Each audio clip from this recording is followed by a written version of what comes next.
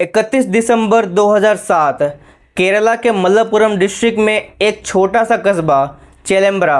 सोमवार का दिन था और संडे की छुट्टी से लौटे साउथ मलाबार ग्रामीण बैंक के कर्मचारी अपनी ड्यूटी के लिए सही टाइम पे बैंक पहुंच चुके थे।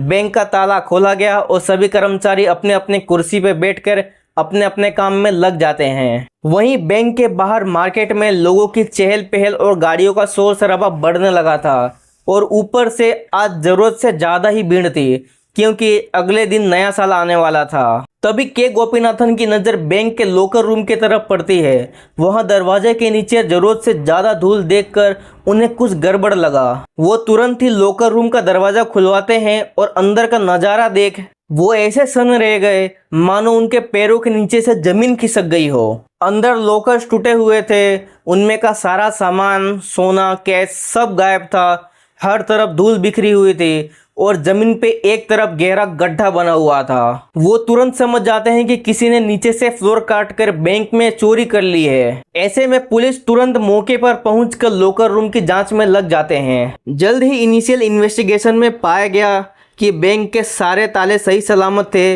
बैंक में पहले से कोई मौजूद नहीं था और क्योंकि बैंक फर्स्ट फ्लोर पे था इसीलिए बैंक के फ्लोर को नीचे से काट कर चोरी हुई है। फाइनेंशियल ऑडिट में पता चला कि लॉकर रूम से 80 किलो सोना और 25 लाख रुपए कैश चोरी हुए हैं। 2007 में 80 किलो सोना यानी 8 से 9 करोड़ रुपए, यानी आज के लगभग 70 से 80 करोड़ रुपए। ये खबर तेजी से पूरे भारत में इसीलिए फैल गई कि आज के पहले भारत के इतिहास में इतनी बड़ी बैंक डकैती कभी नहीं हुई थी। इसके पहले जो बड़ी बैंक डकैती हुई थी वो 1995 में हुआ था, पीएनबी लुधियाना। इस चोरी पे बॉलीवुड में मूवी बन सकती है क्योंकि चोरों ने सबसे पहले जॉन अब्राहम की मूवी देखी, वहाँ से उन्हें चोरी करने का आइडिया आया, उन्होंने टारगेट खोजा, प्लानिंग की, फिर चोरी करने के बाद खुद वहाँ पे पुलिस वालों के लिए गलत सबूत छोड़ के गए। पुलिस जब इन्वेस्टिगेशन कर रही थी तब ये खुद फ़ोन करके गलत पुलिस को गुमराह करने के लिए टिप भी देते थे, बिल्कुल किसी सस्पेंस थ्रिलर मूवी जैसा। जोसेफ केरला के कोट्टायम का रहने वाला छोटा सा लड़का जिसके सर से बचपन में ही माँ बाप का साया हट चुका था। बाकी के रिश्तेदारों ने भी उससे मुंह फेर लिया। ऐसे में गलत संगत में आकर कम उम्र से ही वो छोटी मोटी चोरियां करने लगा। जब वो 18 साल का था तब वो चोरी करते वक्त पहली बार पकड़ा गया जिसमें उसे 1 साल की जेल की सज़ा भी मिली। पर 1 साल बाद वो जेल से बाहर निकल कर सुधरने की जगह वही पुराने चोरी चकारी वाले कामों में लग जाता है। पुलिस उसे अरेस्ट करती, जेल में डालती और ये जेल से बाहर आकर फिर से चोरी करता।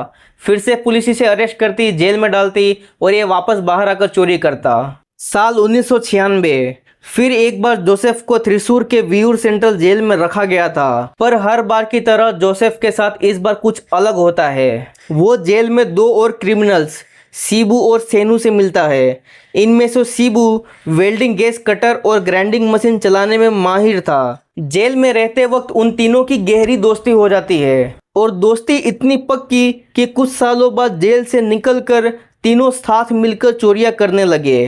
काफ़ी कम समय में उन तीनों ने इतनी चोरियां की कि पुलिस उन सब के पीछे हाथ धो के पड़ गई। पुलिस से बचने के लिए शिबू और जोसेफ नौकरी करने लगे, मगर एक दिन शिबू का एक्सीडेंट हो जाता है और उसका पैर टूट जाता है। ऊपर से वो जहाँ काम करता था उन्होंने भी शिबू की मदद नहीं की और वो उसे काम से निकाल दिया। इन सब से परेशान होकर शिबू कोझिकोडे चला गया जहाँ वो अपने दोस्त राधा कृष्णन के घर पे 1 साल तक रहा। वहाँ रहते वक्त उसने राधा कृष्णन के परिवार से अच्छी तालमेल बना ली और साथ ही राधा कृष्णन की वाइफ कनिकेश्वरी से अच्छी दोस्ती भी कर ली। दूसरी तरफ जोसेफ वहीं काम करते हुए वहीं की एक लड़की अनीता एंथनी के साथ शादी कर लेता है। अनीता अच्छे घर से थी इसीलिए जोसेफ को पैसों के लिए ज़्यादा मेहनत नहीं करनी पड़ती थी। पर जोसेफ ने अनीता से अपनी पहचान छुपाकर शादी की थी। उसने अनीता को अपना नाम जेसन बताया था। बाद में शादी के बाद वो अपनी वाइफ के सरनेम को अडॉप्ट करके जोसेफ से जेसन एंथनी बन गया। एक तरफ वो जोसेफ बनकर अपने पुराने दोस्तों से मिलता और वहीं दूसरी तरफ जेसन बनकर अपनी वाइफ और उनके रिलेटिव्स को धोखा दे रहा था। शादी के बाद वो मेहनत से कमाने की बजाय जल्द से जल्द पैसा कमाकर अमीर बनने की ख्वाब देखता था और इसीलिए वो 2 अलग अलग नाम रखकर एक बड़ा हाथ मारने की फिराक में बैठा था। और किस्मत से जल्द ही उसकी सालों की मेहनत रंग लाने वाली थी। एक दिन धूम मूवी देखते समय जोसेफ जॉन अब्राहम के चोरी करने के तरीके से प्रभावित होकर खुद बैंक लूटने का मन बना लेता है। वो जल्द ही इस प्लान को पुराने जेल में मिले दोस्त सीबू को बताता है। दोनों मिलकर आसपास की बैंकों की रेकियां करने लगते हैं। जल्द ही उन दोनों को ऐसा बैंक दिखता है जिसे देखकर वो खुशी के मारे उछल पड़ते हैं। वो चेलेम्बरा के साउथ मलाबार ग्रामीण बैंक को अपना निशाना बनाते हैं। क्योंकि वो कोई बड़ा बैंक नहीं था, इसी वजह से उस बैंक की कुछ खास सिक्योरिटी नहीं थी। ये बैंक ऊपरी मंजिल यानी फर्स्ट फ्लोर पे मौजूद था और ठीक नीचे उसके एक रेस्टोरेंट होटल सुनेमा था। जोसेफ को जल्द ही ये भी पता चलता है कि रेस्टोरेंट का ओनर मोइदीन कुट्टी हैवी लॉसेस के कारण रेस्टोरेंट को जल्दी बंद करने वाला है। ये पता चलते ही 19 दिसंबर 2007 को जोसेफ और सीबू दोनों रेस्टोरेंट के मालिक मोइदीन कुट्टी और बिल्डिंग के मालिक कुनित कुट्टी हाजी से मिलने मारुति सुजुकी सिल्वर जेन कार से जाते हैं। सीबू बाहर कार में बैठा रहता है और जोसेफ रेस्टोरेंट के अंदर जाकर खुद को बाबू नाम से इंट्रोड्यूस करता है। कुछ देर बातचीत करने के बाद मोइदीन कुट्टी यानी रेस्टोरेंट ओनर को पर डे 300 रुपये और 50,000 डिपॉजिट देने की डील बाबू उर्फ जोसेफ मान लेता है और बाहर आकर जोसेफ वही सिल्वर कार में बैठकर निकल जाता है। अगले दिन रेस्टोरेंट बंद मिलता है और ऊपर रेनोवेशन का बोर्ड मारा हुआ दिखता है जिसमें लिखा था रेस्टोरेंट में रेनोवेशन का काम चल रहा है और 8 जनवरी 2008 को खुलेगा। इस तरह अपने पुराने दोस्तों के लिए उसका नाम जोसेफ, अपनी वाइफ और उसके रिलेटिव्स के लिए उसका नाम जेसन और रेस्टोरेंट ओनर के लिए उसका नाम बाबू था। जोसेफ और बाबू मिलकर जल्द ही रिकंस्ट्रक्शन के लिए सामान खरीदने लगते हैं और इन्हीं सामानों में वो अलग अलग दुकानों से marble cutter, gas cutter, drill machine भी खरीदते हैं। आजू बाजू लोगों के साथ साथ ऊपर स्थित बैंक कर्मचारियों को भी यही लग रहा था कि उन्हें चाय नाश्ते के लिए कहीं दूर जाना नहीं पड़ेगा, नीचे से ही मंगवा लिया करेंगे।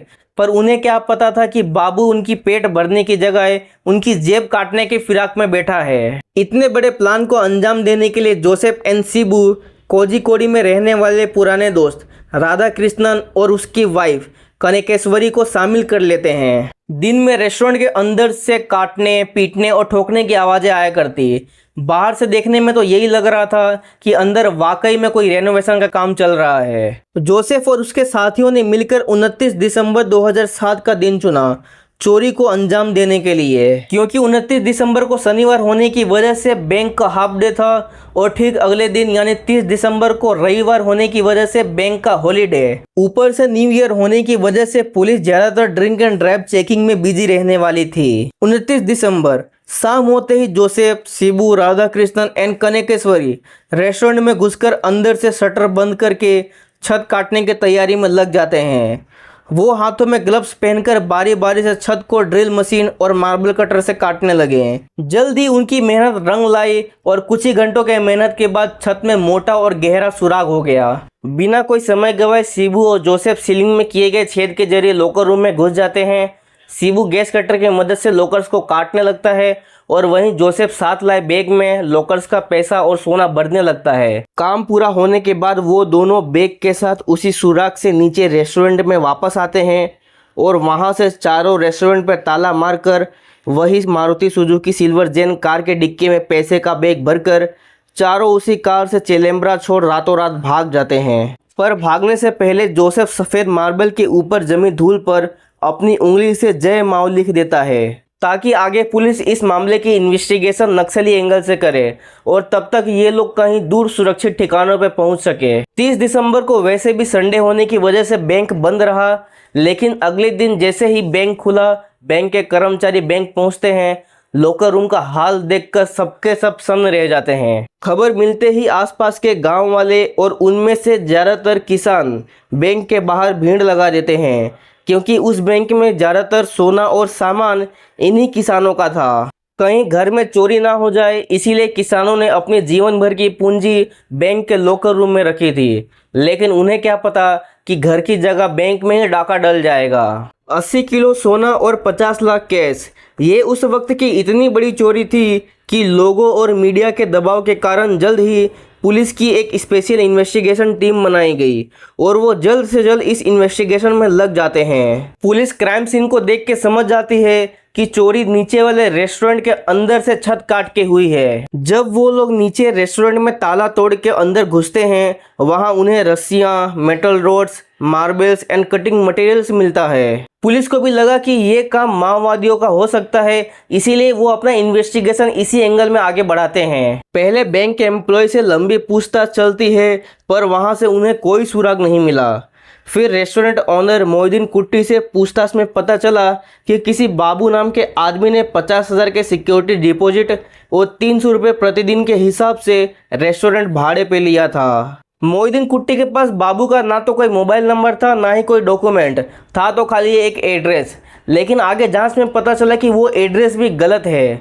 लेकिन मोहिउद्दीन कुट्टी ने बाबू का हुलिया बनाने में पुलिस वालों की मदद जरूर की। पुलिस को एक बड़ी लीड तब मिलती है जब एक शोरमा ग्रिल मशीन व्यापारी पुलिस को ये बताता है कि उसके पास बाबू का मोबाइल नंबर है और साथ ही बाबू एक दूसरा फ़ोन भी यूज़ कर रहा था। पर जांच में पता चला कि ये नंबर एक second hand Reliance CDMA phone का है, जिसमें सिम कार्ड की ज़रूरत बिल्कुल नहीं पड़ती। लेकिन पुलिस वाले भी इस मोबाइल नंबर को आधार बनाते हुए मोबाइल टावर डैम डेटा की मदद से बाबू का वो दूसरा नंबर तलाशने लगे। और साथ में पुलिस बाबू का स्केच टीवी चैनल, न्यूज़पेपर और पोस्टर में हर जगह फैला देती है। इधर पुलिस वाले दिन रात एक करके उन चोरों को ढूंढने में लगे थे, और दूसरी तरफ जोसेफ और उसके साथी बेंगलुरु में 32,68,000 का फ्लैट खरीदते हैं, कोझिकोडे में एक टोयोटा इनोवा कार खरीदते हैं और साथ ही दूसरे प्रॉपर्टीज भी परचेस करते हैं। तभी एक दिन पुलिस को कॉल आता है, सर मैंने 2 आदमियों को एक बैग के साथ डेक्कन रेसिडेंसी लॉज में जाते देखा है और ये वही लोग हैं जैसा टीवी में दिखाई दे रहा है। पुलिस ने पूछा लोकेशन और लॉज का एड्रेस क्या है, तो सामने से जवाब मिला लकड़ी पॉल एरिया हैदराबाद। पर पुलिस जब उससे उसका नाम पूछती है तो वो कॉल कट कर देता है और उसके बाद कभी भी उसका कॉल नहीं लगा। मल्लापुरम से हैदराबाद लगभग 1000 किलोमीटर दूर है, यानी 18 से 20 घंटे का सफ़र, और ये कॉल फेक भी हो सकता था। लेकिन पुलिस वालों ने इस कॉल को सीरियसली लिया और डेक्कन रेसिडेंसी लॉज पे रेड भी मारी। मगर वहाँ पे उन्हें वो 2 आदमी तो नहीं मिले, लेकिन एक बैग और एक न्यूज़पेपर कटिंग ज़रूर मिला। बैग में 1 किलो सोना था और न्यूज़पेपर कटिंग में लिखा हुआ था जय माओ। यहाँ पुलिस के हाथ तो कुछ लगा नहीं, लेकिन पुलिस समझ गई कि हर जगह जय माओ लिखकर कोई इन्हें सही डायरेक्शन में इन्वेस्टिगेशन करने से रोक रहा है।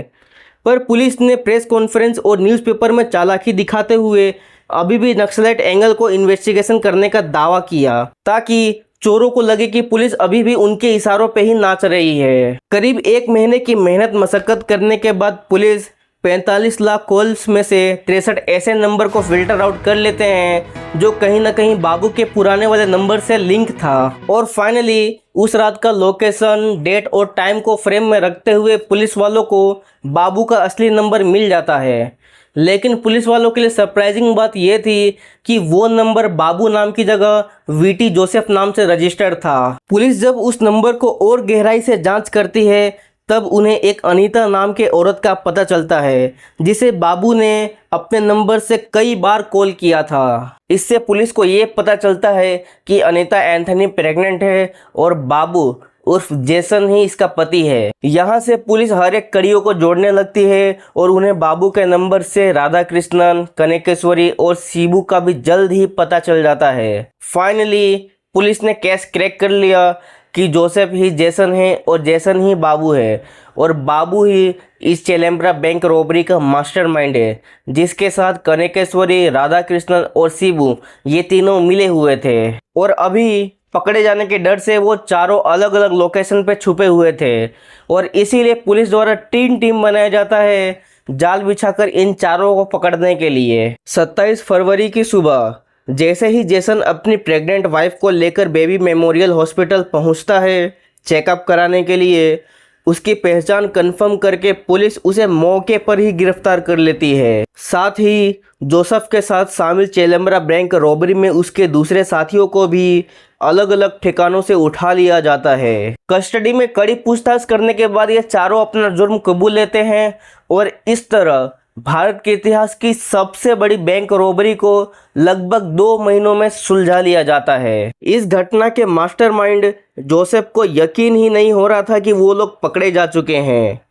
आगे पुलिस चोरी के 80 किलो गोल्ड में से 73 किलो गोल्ड बरामद कर लेती है और साथ ही चोरी के पैसों से खरीदे गए प्रॉपर्टीज एंड फ्लैट्स को भी सीज कर लिया जाता है। इस चोरी के जुर्म में जोसेफ एंड शिबू को 20-20 साल की सज़ा, राधा कृष्णन को 17 साल और कनकेश्वरी को 5 साल की सज़ा मिलती है। इस घटना से ये साबित हो जाता है कि चोर भले ही कितना शातिर क्यों ना हो, लेकिन कानून के लंबे हाथ किसी ना किसी दिन उसके पास पहुंच ही जाएंगे।